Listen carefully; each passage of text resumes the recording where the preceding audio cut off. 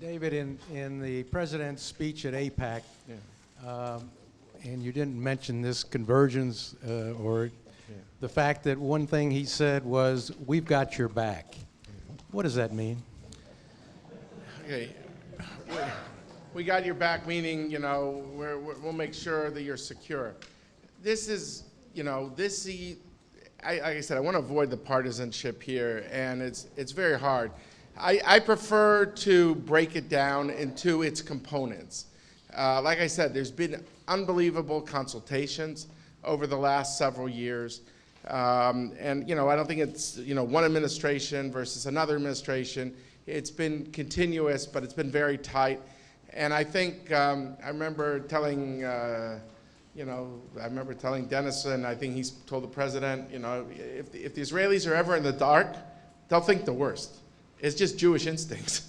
And I think that both, President Bush and President Obama have tried to hold Israel close in that regard. And I think that is, these sorts of consultations are out there.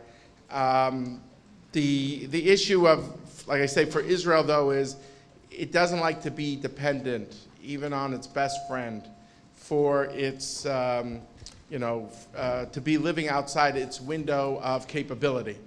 And so it's a huge leap for them, no matter the president is, Democrat, Republican, doesn't matter, to live outside that and say, trust us. That's going to be hard for them for a Zionist ideology that has been rooted in this ethos of self-reliance. So I think within their window, as long as they have an option to strike, I think they'll be more flexible than people here think. But I think their fear is, what if their options have slammed shut? So no matter how tight the relationship is, that's something that I think they just, as most countries don't like to outsource security issues. So I think that's really the core of it for him. And the president feels he's done a lot of things on security. He doesn't get always the credit for it in the American Jewish community. And there's a video of Ehud Barak and others saying all the great things that have been done on security. So, I don't want to get into that whole thing, because that takes us in a different direction. But indeed, there's a lot been done on security issues. But ultimately for Israel, they don't want to be dependent to outsource. That's the core issue for them. But if within their window, the U.S. says, hey, we're going to take care of this for you, I think Israel would be thrilled. So I'm not saying that Israel feels it has to do this, but I think their fear is, if they forego an existential threat, they're utterly dependent on an outside party. And that's why I think Netanyahu stressed this: we have to be masters of our own fate. Thank you for that brilliant summary and analysis. You presented as fact that there are two main Iranian nuclear sites. One of my greatest fears is the fear of the unknown, and that we don't know how many there are. And I certainly don't presume to know how many there are. Absolutely. Militarily speaking, to take out 2 of, say, 4 or 5 sites would probably be a failure, even if those 2 were successful, and even if the post-attack scenario that you emphasized is so important played out, quote-unquote, successfully. What do you think are the chances that 2 is the right number? What do you think are the odds that Israel knows the right number? What do you think are the odds that the U.S. government knows the correct number of sites? Okay, let me just be clear. If I wasn't clear, thank you for the opportunity to clarify. When I said 2 sites, I was referring to what we know of as enrichment centers. There are obviously many, many military sites in Iran. I'm just talking about the places where we know that they're enriching nuclear fuel, where the IAEA is there, the International Atomic Energy Agency. But you always have to have, what Rumsfeld called the unknown, the unknowns. There are things you don't know. What you're hoping is that with the U.S. intelligence and Israeli intelligence and the IAEA being on the ground, the International Atomic Energy Agency being on the ground, and everyone's looking for the same things and sharing notes, and there's no gaps in assessments. I want to stress that there's no differences at all between the U.S. and Israel on defining where's the program today. My hope is between those three agencies, U.S., Israel, IAEA, we get a sense. But you've got to, I'm always in view, better to be humble and admit there might be things you don't know. And that's why, I hope when you heard in my remarks, my preference would be that you had a much more of an international-led effort because the United States, also when the U.S. attacks something, it does it very differently than Israel. I mean, the U.S. does 2-week campaigns. It takes out air defenses, radars, all sorts of things. So it doesn't just do a pinpoint strike like Israel did at Osirak. It has the ability and the luxury because we're a superpower. So just like there's different capabilities, there's also different styles of the different militaries. So therefore, I think it's preferable if you can unite the world around a strategy of the diplomacy. The odds are you could say Iran will say no, but then make it clear that this is the last chance. And if they lose that last chance, this is not going to be an Israeli attack. This is going to be a U.S.-led attack, and that the attack is the beginning, and that the sanctions are going to intensify, and that you're going to have embargoing of materiel. I think the only way to get people united around that is if they know that you're willing to take yes for an answer. If the odds are right now, Iran has never taken yes for an answer, so I don't know if it's such a high probability that they will take yes for an answer this time. But at least I think part of the residue of the Iraq war, and it shouldn't be this way, you could say but maybe inferred from your question, is people question Americans' intelligence, how successful it is and things like that, that you need to unite around a strategy that says, just like we did with Iraq, and I was there as a Genevan, as a journalist in 1991 when Baker met Tariq Aziz and said, here's your last chance. And if they turn it down, then it's easier to galvanize that support. Because my point of departure is that the strike is not the end, it's the beginning. And if you could galvanize people around a common strategy, I think that's preferable. The question is if it's going to be attainable. And I think in synchronizing the American and Israeli clocks, Israel will be much more open to that strategy if it believes that it's within that window that I keep talking about. So I certainly did not mean to suggest there are only 2 military sites in Iran. I'm talking about the 2 known enrichment sites that we know of. And there's other sites that I'm sure are important, even if it isn't enriched. And there could be secret sites that we don't know. So you have to be humble. And that's why I don't envy Netanyahu, because it's a lot of responsibility on his shoulders. If you only hit a few and it turns out that there's some enrichment somewhere else, then you're in a much more difficult thing, and you maybe have lost the sanctions regime, which is crucial. So these are very hard calls. On your left here. David, thank you for, and forgive my voice, I'll do a Jimmy Durante imitation in a minute, for such a coherent and thorough explanation of a very complicated and fear-inducing subject. Right. Question, right to Israel's north, the Assad regime has already killed 7,500 of its own people. If he should be toppled in the near term, what potential impact could that have if Iran loses a major ally and a sponsor of Hezbollah? Good question, Bob. I obviously expect no less.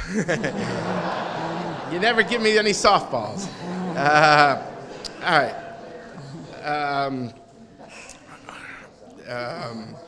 The question is the impact of the crisis on Syria, on how would it affect Iran? Syria is Iran's only Arab ally. And that goes back to 1988, the Iran-Iraq War. All the Arab leaders are basically Sunnis, and they all rallied around Iraq. One country wasn't Sunni is Syria, because they're an offshoot of the Shia called the Alawites. They're a minority regime of 10% or so, and they worked with the Iranians, and they feel that the Iranians have been their biggest supporters all these years as well, that the weaponry, is goes from Tehran, Damascus airport to Hezbollah. So it's a double play combination. And if they lose Syria, it's a huge blow to Iran. There's no question it is. And the question is will that happen in a timely basis, and will it leave Iran to back off on the nuclear issue? I'm not so sure it will, because the mullahs and the ayatollahs are so invested in it. And like I said, it would have to happen in fairly short order. Israel, you go to Israel, sometimes you feel that the Israelis are watching what goes on in Syria, but sometimes for them it's like Fiji. Very unlike them. But they're so focused on Iran, they're worried that this is a distraction. They feel they can't be a game changer, they can't be decisive in the Syrian context. Whoever Israel would support would be discredited in the internal Syrian debate. So they've kind of backed off, except there's been some humanitarian, some hospitals in the north, et cetera, in northern Israel, which has been publicized. So basically, they're concerned about Syria, but they don't think they can be decisive. Now, people say, well, is the world going to get involved? Is the NATO, they got involved in Libya, why don't they get involved here? Libya was a little easier case because you had the Europeans very worried that all these Libyans, frankly, would like kind of migrate into Europe. And they had the free zone of Benghazi as a base. They also had this idea of an impending massacre when, Gaddafi said, I'm going to go door to door in Benghazi and just kill them. People believed it. They believed it at the White House. And they felt that they had to intervene. So everything kind of came together. Syria is viewed as more complex than Libya in that regard. Clearly, Bashar, though, is killing his own people.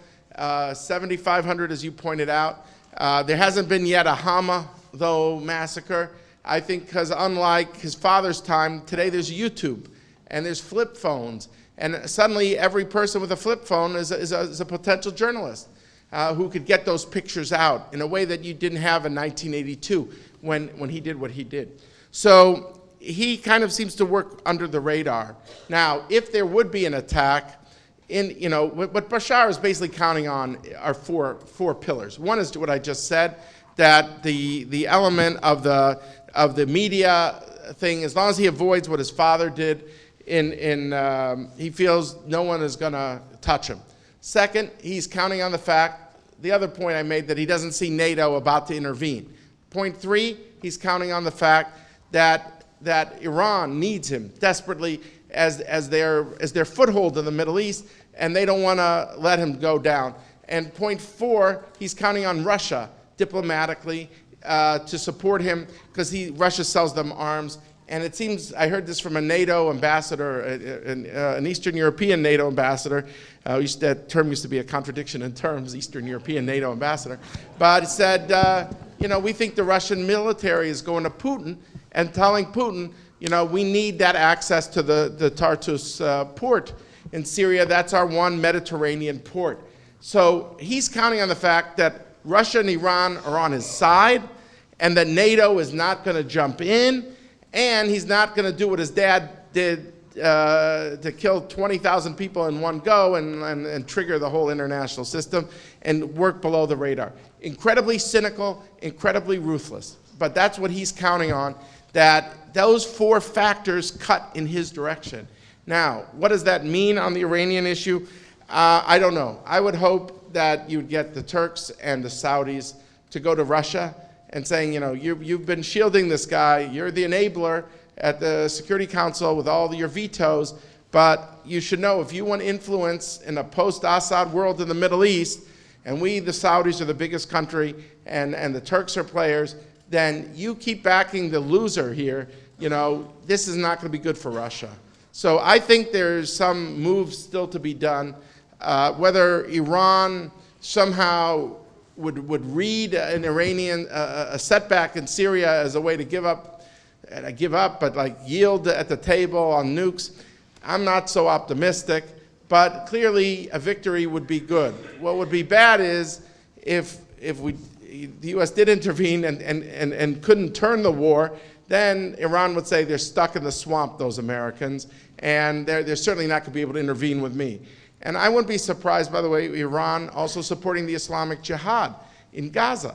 That support is say, you know, keep bombing Israel, keep Israel busy, distracted. That's only good for us. So I think Iran sees these other conflicts as ways to suck America in, to suck Israel in, and to keep them off distracted from the main event.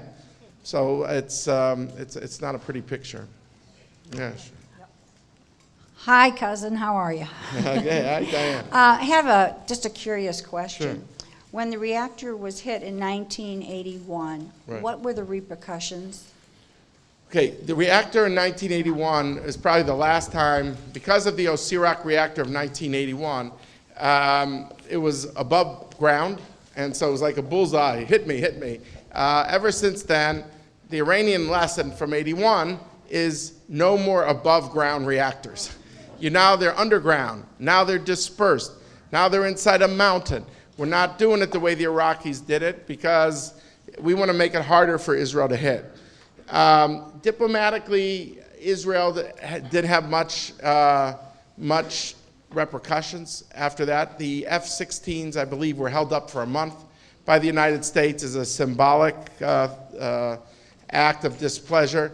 But you know, Dick Cheney, when he was Secretary of Defense during Desert Storm, sent to David Ivory, who was the Air Force commander at the time of Osirak of Israel, he sent them a satellite photo and said, we could do what we did now in 1991 because you did what you did in 1981. So there was not, Caspar Weinberger at the time was not exactly thrilled with Israel, but over time, there's been this view that Israel was vindicated, and actually, if Israel didn't do what it did, the U.S. could have done what it did in 1991. So I think history was kinder to Israel than the newspapers were at that time. Another question here. Hi, David. Hi, how are you? I want to ask you, cannot Israel buy the 2 airplanes that you were talking about that the United States have to help them bomb? All right, the question is could Israel buy the B-2, the B-52? It's unclear if Israel has the runways even to support it. I don't know if that is really a possibility. I want to be clear that, again, I read the articles in Politico about the MOP, the massive ordnance penetrator, this ultimate U.S. bomb of 30,000 pounds. But if you read the Politico article, there's some questions because it's still under research, too. And could it light a fuse? You know, the fuse is lit once the bomb hits the bottom of these 250 feet, 250 meters. So will it work? And we don't know. And so Israel has gotten, I think it's called the B-28. I'm misspeaking the exact code number, I don't know, of the bunker buster, which is all public information. It was after the Lebanon war in 2007, the Bush administration offered these bunker busters. It was delivered in 2009 during the first year of the Obama administration. But those are bunker busters more against Hezbollah bunkers in Lebanon, not against this Fordo situation. So it's very complex. And, it could be that if Israel's going to hit this mountain, they're not even going to try to go all the way in. Maybe they'll try just for the entrances and believe that will do enough damage. Or, you sometimes wonder, I really don't know, and I don't ask these operational questions in either country because there's some things I don't want to know. I don't want to know where people fly over. I'm an analyst. I'm not, and there's certain lines that I draw that I don't want to know. But, is the fact that Barak and Netanyahu came from the same commando unit called Sayeret Matkal, does that mean there could you think about a commando thing inside this mountain? Who knows? But it could be that the mountain might be too difficult. But I think the mountain is certainly a trigger for why this year has become such an important year. Question over here. Yeah. Yes, I wanted to follow up on the question about President Obama saying it has Israel's back. Yeah. Does that mean something different before November than after November? And the second part of that is, in obtaining President Obama's commitment to have Israel's back, was there a quid pro quo that might have involved Israel's position as far as negotiating with the Palestinian Authority? Okay, good questions. I don't know if I have good answers, though. I don't think that we see any quid pro quos on the Palestinians that we see now. I think of the 2.5 hours they just had, I think they only had like 15 minutes one-on-one where the most delicate issues are discussed. I think they had 90 minutes two-on-two with the national security advisors as the note takers. Like I said, Donald prepared the visit by bringing a huge team to Israel right before Netanyahu came to the White House.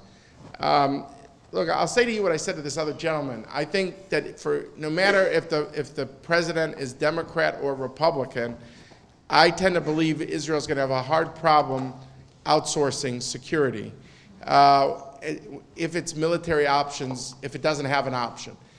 This issue of trust, whether it's a Democrat or a Republican, is easier when you have an option. And you can be more trusting when you have the option, saying, well, I can trust it, but if it doesn't work, I could always do it myself. But if you have foregone your window, if your window is shut, then you get into not just an issue of trust, but dependency. And I think that's hard for Israel no matter who the president of the United States is. And that's really my answer. Sorry. We have another question on this side. Thank you, David. If for some reason Israel feels the window is closing and they unilaterally would to strike, what would the repercussions be in the relations with America and also with the remaining Arab world? Well, you see, with the Arab world, I'll start with the Arab world. This is like split-screen television with the Arabs. I mean, they all hate the Iranians, okay? They hate them more than the Israelis hate them because they've been at this Persian-Arab rivalry for hundreds and hundreds of years. And they think the Persians want to encroach on the Middle East. I mean, I'll tell you a story that when I was writing this book with Dennis, I tried to understand how the oil embargo of 74, 75, 73, 75 ended. And the way it ended, I think, was that Crown Prince Fahd of Saudi Arabia saw all the revenue that the Shah was making from the embargo, and he was putting it into arms sale to his military, to the Iranian military. And he said, I'll be darned if the Persians are going to get more money than we Arabs off of this embargo, and they're going to put it into weapons and it'll be used against the Arabs. And so he called it off. So I'm telling you, the leadership, when it comes to Iran, when you saw this quote from WikiLeaks, like, you got to cut off the head of the snake, that was coming from the Saudis. And I talked to someone who was on the Dick Cheney trips every year to Saudi Arabia because the king wouldn't come after his last trip, I think it was 2004, to Crawford, Texas. He wouldn't come to America, so Cheney went there. And he said they said it was like a dance of the veils. In the beginning, they were much more subtle, but towards the end of 2008, all they want to know is, when are you going to attack? When are you going to attack those Iranians? So the leadership, I think, as one Arab foreign minister told a senator, if Israel attacks, we will applaud Israel from the veranda. I said, but they didn't finish the sentence, and then we'll condemn them on Al Jazeera, on the television. So both are true, I think, and the Arabs will condemn them because they never come clean with their own people about the Iranian threat. But I think they'd like to see a strike. Would they like to see America do it more than Israel? Probably yes. But if Israel's the only choice, I think they'll live with that too. Now, what does it mean in terms of U.S.-Israel relations? I think is a very fair question. And I can't say that I know the answer. I think what's changed a lot since Diana's question about Osirak is the Congress is very clued into this as well. No matter who's president, the Congress is really focused on this. The sanctions are much more intense. Everything is much more intense today than it was in 1981. So I tend to think that it will not, that it could be difficult. But my gut is that if Israel doesn't pick up the phone and saying, we're about to hit, the level of intimacy and consultations has been so great that I don't think anybody will be surprised. And I think everyone knows Israel's not trigger happy and would like to see either a peaceful way out, diplomacy working, or the Americans leading the effort, any of those things. But I think if none of those things look like they're on the horizon, my guess is that nobody in the White House will be surprised. I'll tell you a quick story where Sam Lewis, who's also been a mentor to me, who's a former ambassador of the United States to Israel, they try to do a postmortem after Osirak, and they said, what went wrong? And they said at a certain point, Israel stopped talking about attacking Iraq. And we thought that meant it was more important.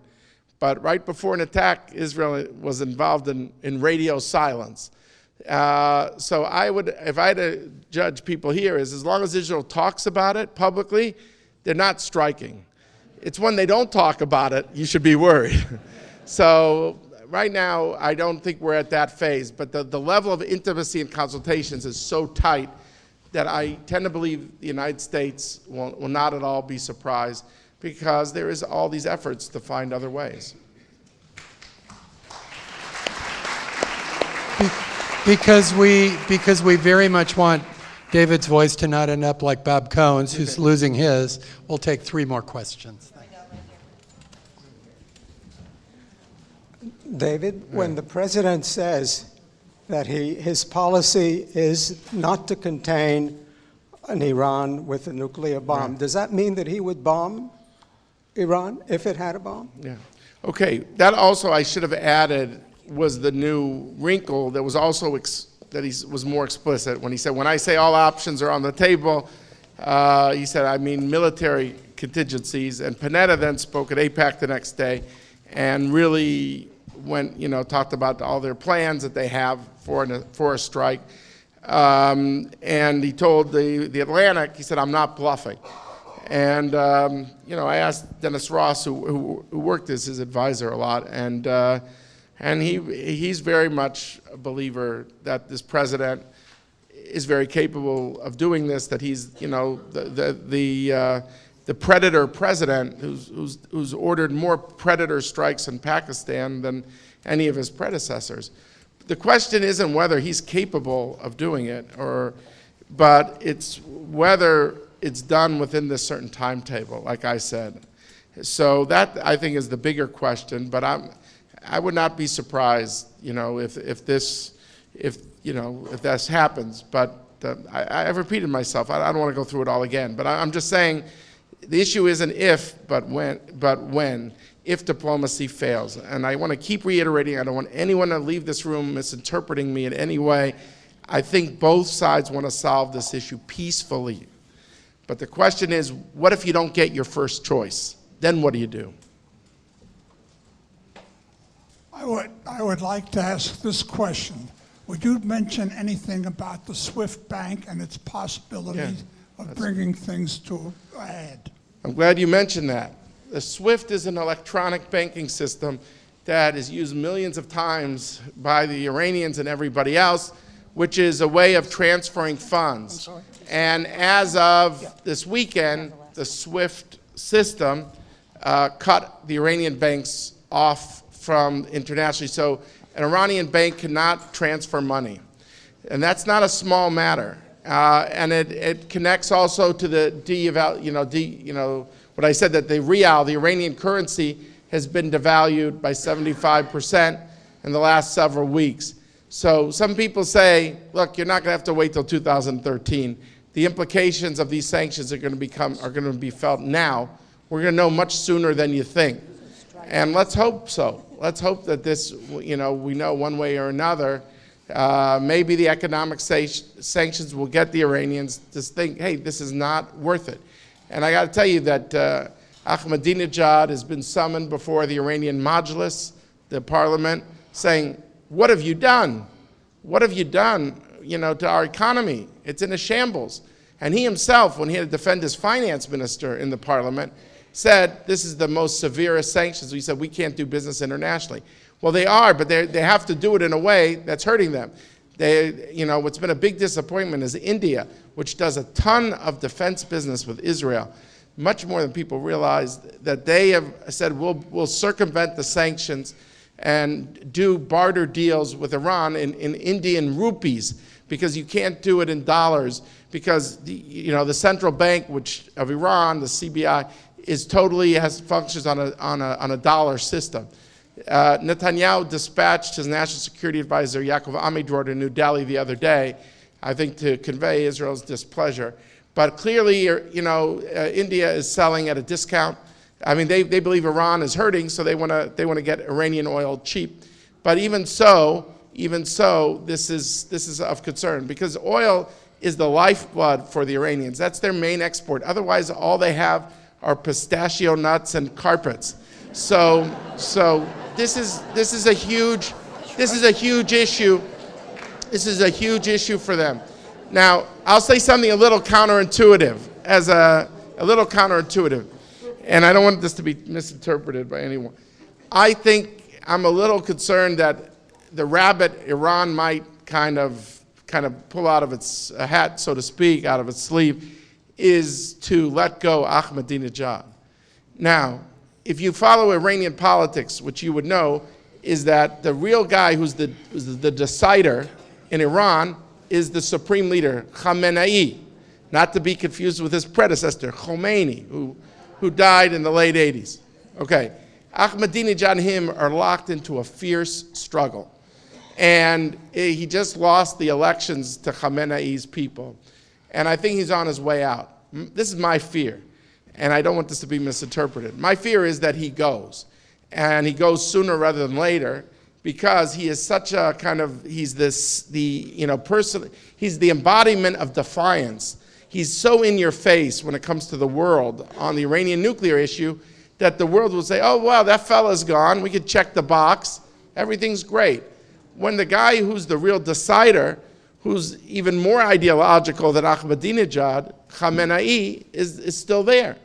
So people should not get fooled, okay, that if this guy quits or is replaced by the supreme leader, even, he has a business card that says president of the country, but he's not the guy who makes the full decisions.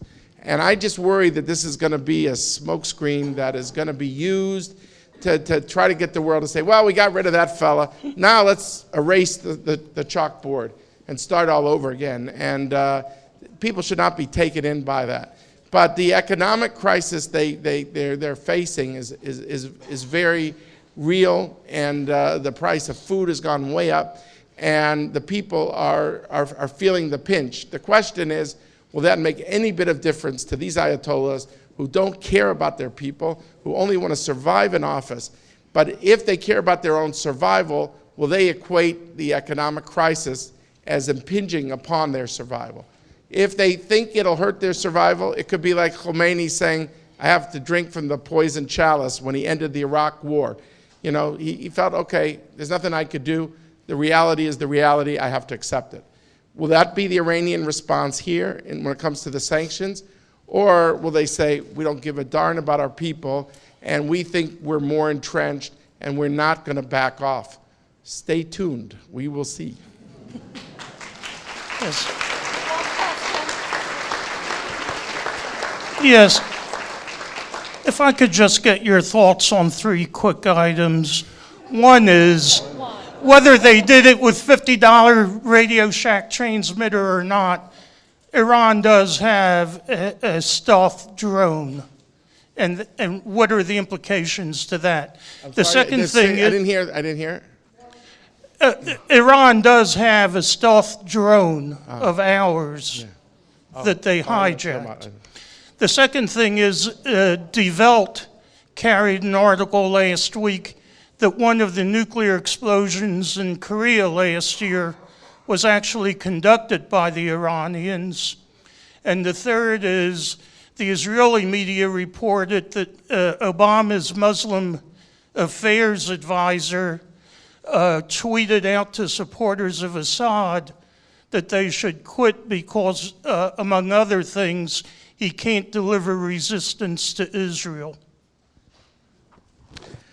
Well, I must say, I heard all your 3 questions, but I must say I don't have any information on that, on any of them, because I was just in a forum where I would think this North Korea thing happened, that it was Iranian. I would know, and this was not something expressed. But I think your point about the fear that North Korea has 6 bombs, or that Pakistan has 100 bombs, that gets to my earlier point about, too early, oops, too late. That's the trauma of Israel, is that people thought in America we had more time to stop North Korea's bomb or Pakistan's bomb. And in neither were they stopped. And these people are going on. And in their view, once they cross that finish line, there's nothing they could do to them. To look at Gaddafi, in their view, you got to see it just from their view. Look at Gaddafi. He gave up his nukes. They finished him. The arms inspectors got Saddam Hussein's nukes in the 90s. The U.S. finished them. So from the North Korean perspective, and perhaps the Iranian perspective, their takeaway is that you're only untouchable by the United States if you cross that finish line. Once you do, you're set. If you don't, you'll end up like Gaddafi or Saddam. So I am concerned about these crises and what lessons these people learn from these crises. And my fear is that their takeaway is go faster, not go slower. So thank you all very much.